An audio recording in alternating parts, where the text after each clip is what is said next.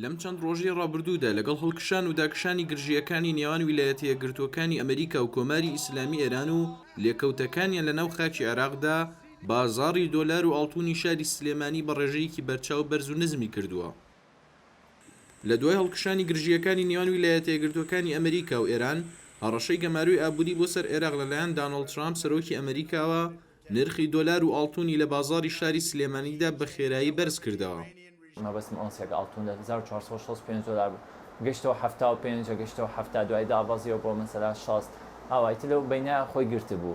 بەستر لە زیادبوونی ئەم هەڕەشە و گۆڕەشانی ئەمریکا و ئێران توان بڵێم 3-4 ڕۆژ پێش سەری ساڵ ئیتر بەرز بووە دەودە بەرز بۆ گەشتەوە 1500 گەشتەوە تا 1550 نەوەستایەوە لەگەڵ بڵێن لیانەکەی ئەمریکا. پێشەوەی جمعەکەی تر بوو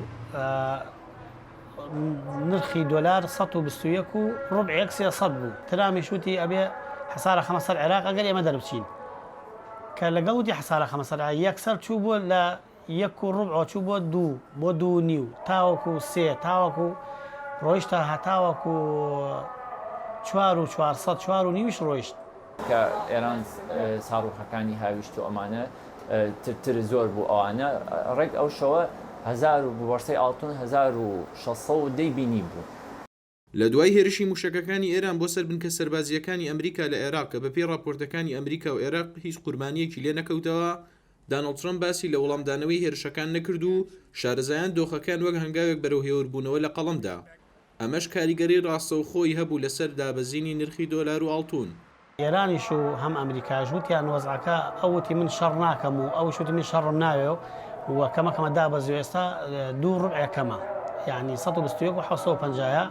بەشێکی بەرچای ئەم هەڵکشان و داکشانەی نرخی دۆلار و ئاڵتوون بۆ ئەوە دەگەڕێتەوە لە ترسی گەماروی ئابووری و شکانی بەهای دیناری عێراقی خەڵکی پەنا بۆ کڕینی دۆلار و ئاڵتوون دەبن. بەڵام لە ئێستادا کە خەڵکی پیان وایە دۆخەکە بەرەو هێوربوونەوە دەچێت، نرخی ئاڵتوون و دۆلار دابەزیوەتەوە و گەشتووەتەوە بەهای پێشووی خۆی. ڕێباز مەجید، دەنگی ئەمریکا، سلێمانی.